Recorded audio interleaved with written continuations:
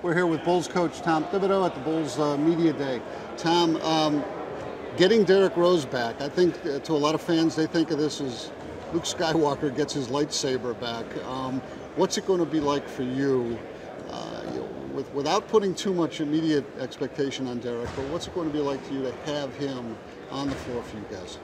Well, obviously, he means a lot to our team because of all the things that he brings, his ability to run the team, make plays, make the game easier for everybody, and he's a complete player. But, you know, we can't allow it to all fall on him. It's a team, and I think we need everyone to play together, to play hard, to play smart, and to do all the things that are necessary to win. Now, you just told a bunch of us reporters that the people who were critical of him last spring for not coming back and trying to play, you know, in March or April or beyond, really didn't know what they're talking about. What do you mean by that? I mean, that's fans who were excited to have him back, but do you think that it went beyond that? Yeah, well, when you look back, and of course, no one really knew how it would unfold. The one thing that was clear right from the beginning, when he suffered the injury, was Jerry made it clear that he did not want him coming back until he was completely healthy and 100%. And that's exactly what he did. So he kept pushing and pushing, but he never felt comfortable enough to play at the level he wanted to play at, and that's what Jerry asked him to do. And then when you look at who Derrick is as a person, there's not a more loyal, hard-working, team-first guy out there. And he's already done a lot for our organization, and he'll continue to do a lot. But for him to take that criticism on, I think, was unfair. It was a tough decision that he had to make, but it was the right decision. It sounds like more than his physical structure and health, it may have been how he felt about it and the mental aspect of it. Well, yeah, to me, it was the explosion change of direction part of it.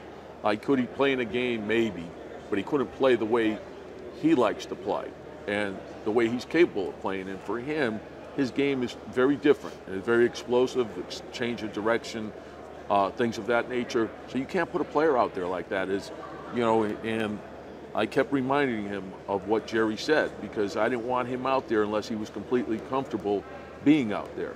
And that's the most important thing. Like, his health is a priority for our team, as it would be for any player. But you can't put a player out there who's not comfortable being out there. And I think that Jerry set the tone for that when Derrick first suffered that injury. He sat him down and he said, look, we don't want you to rush back. We want you to get out there when you are 100%. We want you to do all the things to get back as quickly as you can. And he did that, but he was never quite ready, and he wasn't 100%. So he did exactly what he was asked to do. What percent, Derrick, do you think you'll see on the floor tomorrow? Well, in terms of practice, it'll be Derrick. It'll be, like he's already done that. He did that last year where he went through the practices. The big adjustment will be in the games, because he hasn't done that in 17 months. So the intensity of a game is far different than a practice. So there'll be some rust, but he's ready for it. What are you most curious to see in his game on the floor in a game situation, and what will you be monitoring him? Well, I think the big thing is not to skip any steps. Let him practice well first.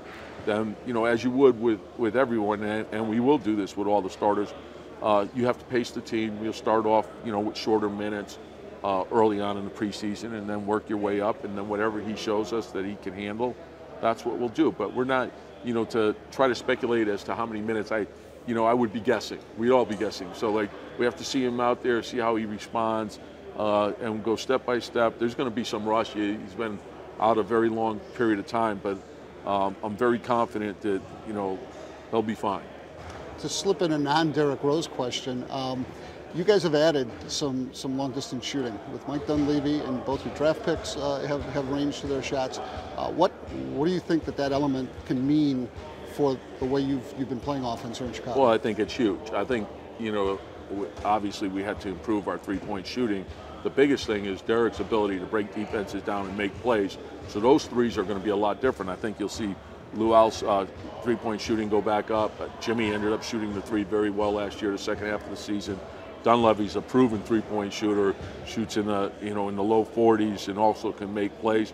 and Tony Snell and Eric Murphy have both shown at the college level that they're capable three-point shooters. So we're excited. We think we've improved in that area, and now we got to put the work into it. Last thing, as needed, are you prepared to be the bad guy if Derrick feels fine on a given night, but you say, no, we're going to back off. Oh, we're yeah, not going to push this. Yeah, and it's like for like for Derrick, and again, it's there's a lot of people that are going to weigh in on where he is, but Derrick is obviously the most important part of that. So I trust Derrick, and I think he has a very good relationship with our doctor, our trainer. So everyone will be involved in that decision. But if he needs rest, we're going to give him rest. If he doesn't need rest, we're going to give him more playing time. So we'll see. I think until he gets out there, none of us will know. But we'll see how he responds. Thanks, Tom. Yeah, thanks, Steve.